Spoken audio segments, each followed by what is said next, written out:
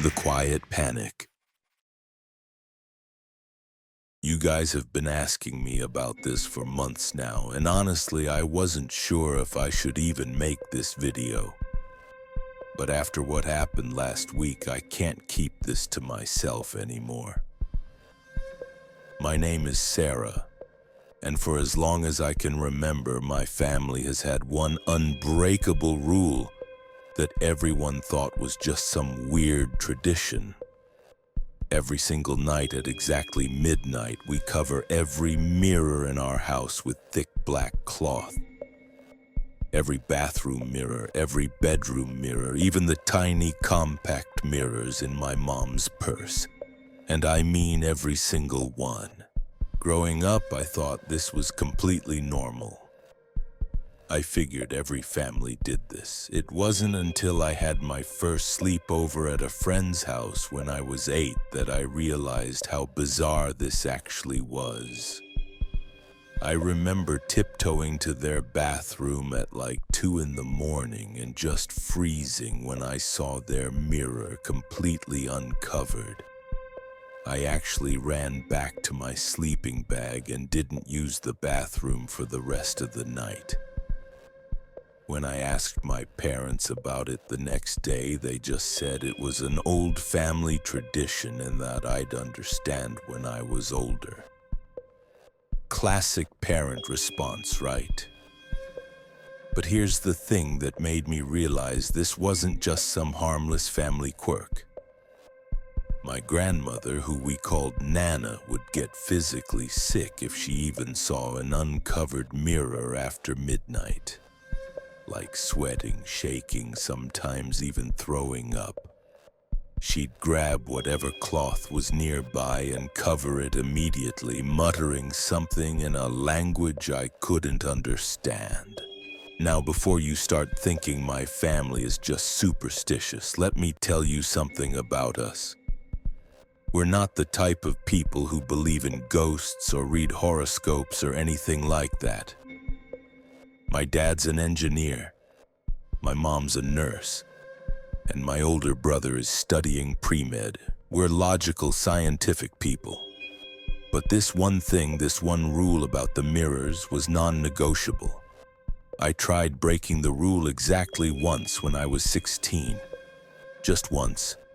And what I saw that night changed everything I thought I knew about my family. And about why we've been doing this for generations, but I'm getting ahead of myself here. See, the weird thing is, it's not like my parents ever explained what would happen if we didn't cover the mirrors. They never told scary stories or tried to frighten us into following the rule. It was just presented as fact, like brushing your teeth before bed or locking the front door. You just did it. No questions asked. But as I got older, I started noticing things. Little things that didn't make sense. Like how my dad would do a final walkthrough of the house every night at exactly 11:55, checking each mirror twice. Or how my mom kept extra black cloths in every room just in case. Or how visiting relatives would always leave our house before midnight no matter what. The really strange part was that it wasn't just my immediate family. Every single relative on my dad's side followed this same rule. Aunts, uncles, cousins, great-aunts I'd never met. All of them. When we'd visit family for holidays, the routine was always the same. As soon as the clock hit midnight, out came the cloths, every mirror covered every single time. I remember asking my cousin Jake about it once during a family reunion. He was a few years older than me and had always seemed like the rebel of the family. But when I brought up the mirror thing, his whole demeanor changed. He got this look in his eyes, kind of like he was remembering something he didn't want to remember, and he just said, "Trust me, Sarah, some traditions exist for good reasons." That's when I started doing my own research. I spent hours online looking up mirror superstitions, family curses, anything that might explain what we were doing. I found plenty of general superstitions about mirrors and midnight, but nothing specific to what my family was experiencing. Nothing that explained why an entire bloodline would be so committed to this one bizarre ritual. The closest thing I found was some old folklore about mirrors being portals or windows to other dimensions, especially during certain times of night, but even that didn't explain the level of fear I saw in my family members' eyes whenever the topic came up. This wasn't just superstition, this was something deeper, something they'd all experienced firsthand. Then I started noticing the photos, old family photos going back decades, maybe even a century. In every single photo taken inside a house after dark, all the mirrors in the background were covered. Wedding photos, birthday parties, holiday gatherings. If it was nighttime and there was a mirror visible in the shot, it was covered with black cloth. Always I found one photo that really got to me. It was from my great-great-grandmother's funeral reception back in the 1940s. The photo was taken in someone's living room, and you could see about 6 different mirrors throughout the house, all covered. But here's the weird part. The funeral was held during the day, but this reception photo was clearly taken at night. Even during one of the most emotional and chaotic times in the family's history, someone had taken the time to cover every single mirror. That's when I realized this wasn't just some quirky family tradition. This was something my family took more seriously than almost anything else, more seriously than birthdays, holidays, even funerals. Whatever the reason behind covering these mirrors, it was important enough that generations of my family had never broken the rule. But I was 17 and thought I knew better. I thought I was smarter than generations of my ancestors who had faithfully followed this tradition.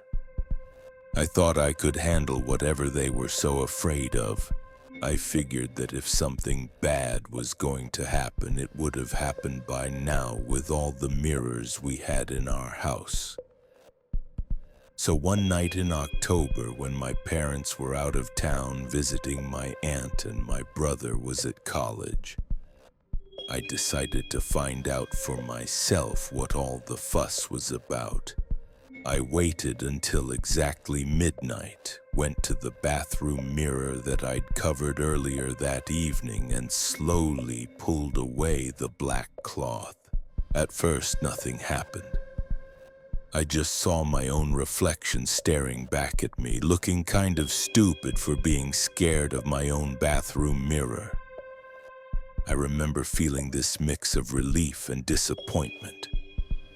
Relief because nothing terrible had happened, but disappointment because I'd built this up in my head as some big family mystery and it turned out to be nothing. I stood there for maybe 30 seconds just looking at myself in the mirror, feeling pretty proud that I'd finally broken the family's weird rule. I was already planning how I'd tell my brother about it when he came home for Thanksgiving. How I'd prove to everyone that this whole mirror thing was just an old superstition that had gotten out of hand. But then something changed. Something subtle at first, like the lighting in the bathroom had shifted slightly. My reflection looked the same, but there was something different about the space behind me in the mirror. Something that made my stomach drop even though I couldn't quite put my finger on what it was. I turned around to look at the actual bathroom behind me and everything looked normal. Same shower curtain, same towels hanging on the rack, same tile floor. But when I looked back at the mirror, the reflection of the bathroom looked wrong somehow. Like the proportions were off, or the shadows were falling in directions that didn't match the actual lighting in the room. That's when I noticed something that made my blood run cold. In the mirror's reflection of the bathroom, there was a door that shouldn't have been there. A door in the back corner where our linen closet should have been, but it was different. Older looking, with dark wood and an ornate handle that definitely wasn't part of our house. And that door in the mirror was slowly starting to open. I wanted to look away, but I couldn't. It was like my eyes were glued to that reflection, watching this impossible door creak open inch by inch. The rational part of my brain was screaming that this couldn't be real. That mirrors don't show things that aren't actually there. But I was seeing it with my own eyes. As the door opened wider, I could see darkness beyond it. Not just regular darkness like a room with the lights off, but this thick, heavy blackness that seemed to absorb light rather than just be the absence of it. And from that darkness, I started hearing sounds. Faint at first, like whispers, but gradually getting louder. The whispers weren't in English. They weren't in any language I recognized, but somehow I understood that they were calling to me. Not my name specifically, but calling to something deep inside me. Something that recognized those voices even though I'd never heard them before. I finally managed to tear my gaze away from the mirror and spun around to look at the actual bathroom wall. Nothing. Just our normal linen closet with its regular white door that was firmly closed. But when I looked back at the mirror, that dark wooden door was now completely open and something was starting to emerge from the blackness. It looked like a person at first, but wrong in ways that made my brain hurt trying to process what I was seeing.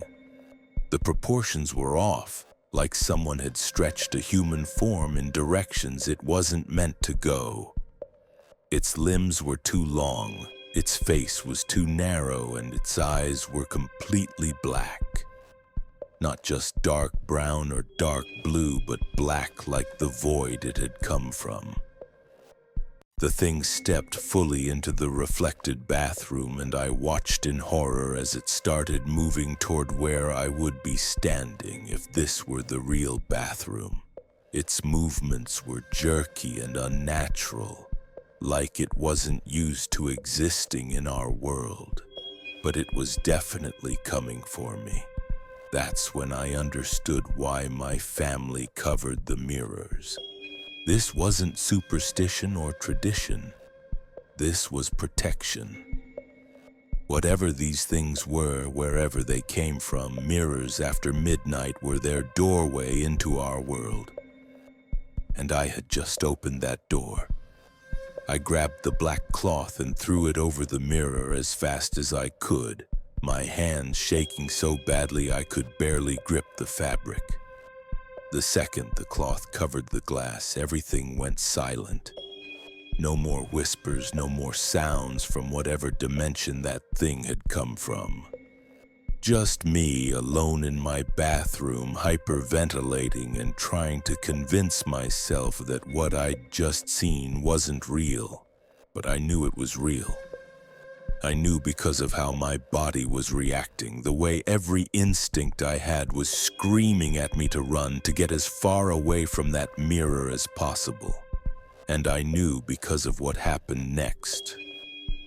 Over the following days, I started noticing changes. Small things at first, like feeling like I was being watched even when I was alone. Then I started seeing movement in my peripheral vision, quick shadows that would disappear the moment I turned to look. But the worst part was the dreams. Every night I would dream about that dark wooden door and the thing that had come through it. In the dreams, I was back in the bathroom, but I couldn't move.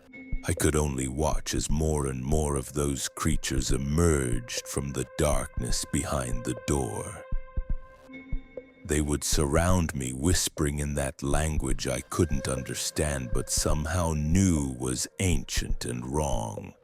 I'd wake up in cold sweats, and sometimes I'd find scratches on my arms that hadn't been there when I went to bed.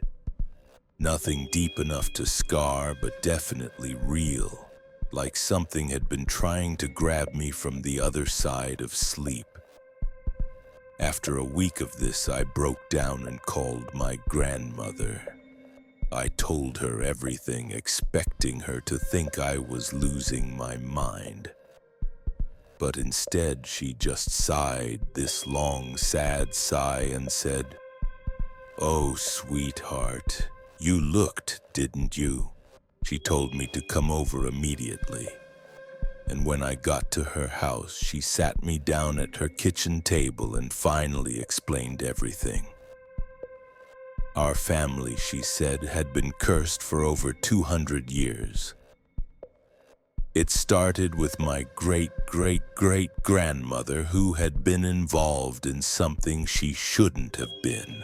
Some kind of ritual or ceremony that had gone wrong and opened a permanent doorway between our world and theirs. The mirrors were the weak points, the places where the barrier between dimensions was thinnest. But only for our bloodline, and only after midnight. That's when they could reach through, when they could try to pull us into their world or drag themselves into ours. The black cloths weren't just covering the mirrors, my grandmother explained. They were blessed, treated with oils and salts and prayers that had been passed down through generations. They created a seal that these creatures couldn't break. As long as we covered the mirrors every night, we were safe. But now that I had looked, now that I had seen them and they had seen me, the connection was stronger. They knew I existed, and they would keep trying to reach me. The dreams, the scratches, the feeling of being watched. All of that was them testing the boundaries, looking for ways to get closer. My grandmother gave me a small pouch filled with salt and dried herbs, told me to keep it under my pillow and never be without it. She also made me promise that I would never ever look into an uncovered mirror after midnight again, not even for a second, because the next time, she said, they might be ready for me. That was 3 years ago, and I've kept that promise. Every night at midnight, I cover every mirror in my apartment with the blessed cloths my grandmother gave me. I wear that little pouch around my neck constantly, and I've never had another encounter like that night in my parents' bathroom, but the dreams still come sometimes. Not as often as they used to, but often enough to remind me that they're still out there, still waiting. And sometimes in regular mirrors during the day, I'll catch a glimpse of something moving in the reflection that shouldn't be there. Just for a split second, just long enough to make me question what I saw. I'm telling you this story because my grandmother passed away last month. And before she died, she made me promise to share this knowledge with others. She said the curse might not be limited to just our family anymore. That in a world where everyone has mirrors in their homes, everyone could be at risk. So if you take anything away from this video, let it be this. There are some family traditions that exist for reasons beyond superstition. There are some rules that have been written in blood and fear and generations of hard-learned wisdom. And sometimes the things our ancestors warn us about are warnings we should listen to. I still cover every mirror in my house after midnight. I always will. Because I've seen what happens when you don't, and trust me, some doors are meant to stay closed forever. Thanks for watching, and please be careful what you look for in the dark. Sometimes it looks back.